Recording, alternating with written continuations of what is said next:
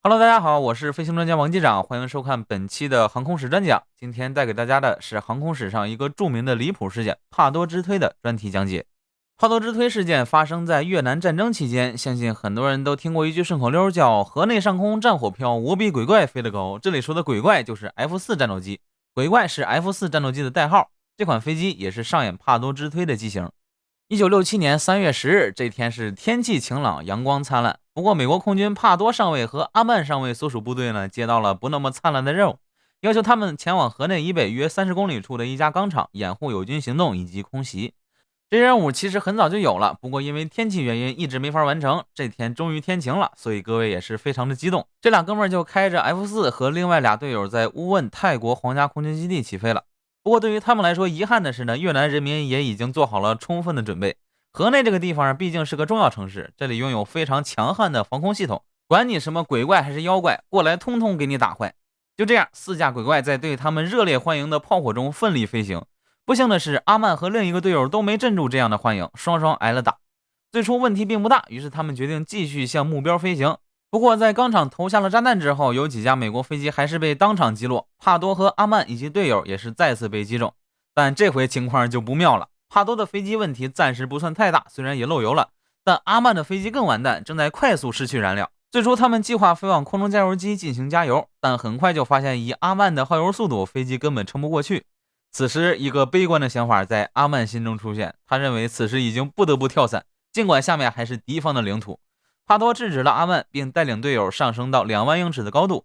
此时他内心中突然有了个想法，就是用自己的飞机对阿曼的飞机进行接触，并且推到安全地带。一不做二不休，帕多对自己的飞行技术十分自信，他让阿曼抛掉了尾部减速伞，尝试把自己的机头怼进阿曼飞机屁股上装减速伞的滑道。但遗憾的是呢，因为发动机的气流，这个尝试失败了。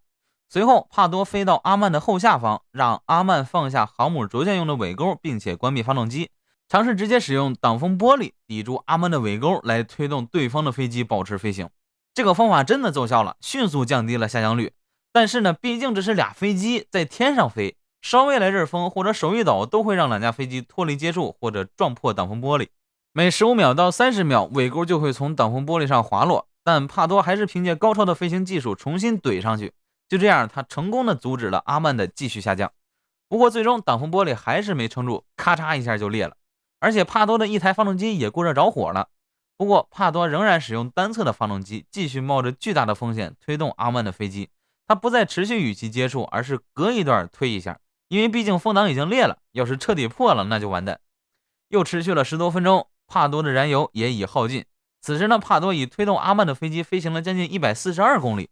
他们正好飞到了6000英尺的老挝领空，这里虽然也有危险，但至少比刚才的地方和现在的飞机要安全得多。于是几位飞行员相继跳伞，最终幸运的被己方军队救起。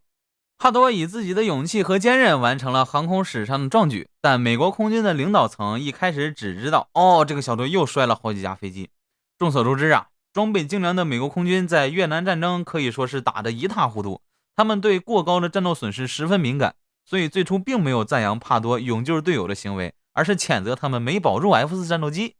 直到20多年后的1989年，军方才重新审查了此案，并授予帕多他们银星勋章，以表彰在战斗中的英勇行为。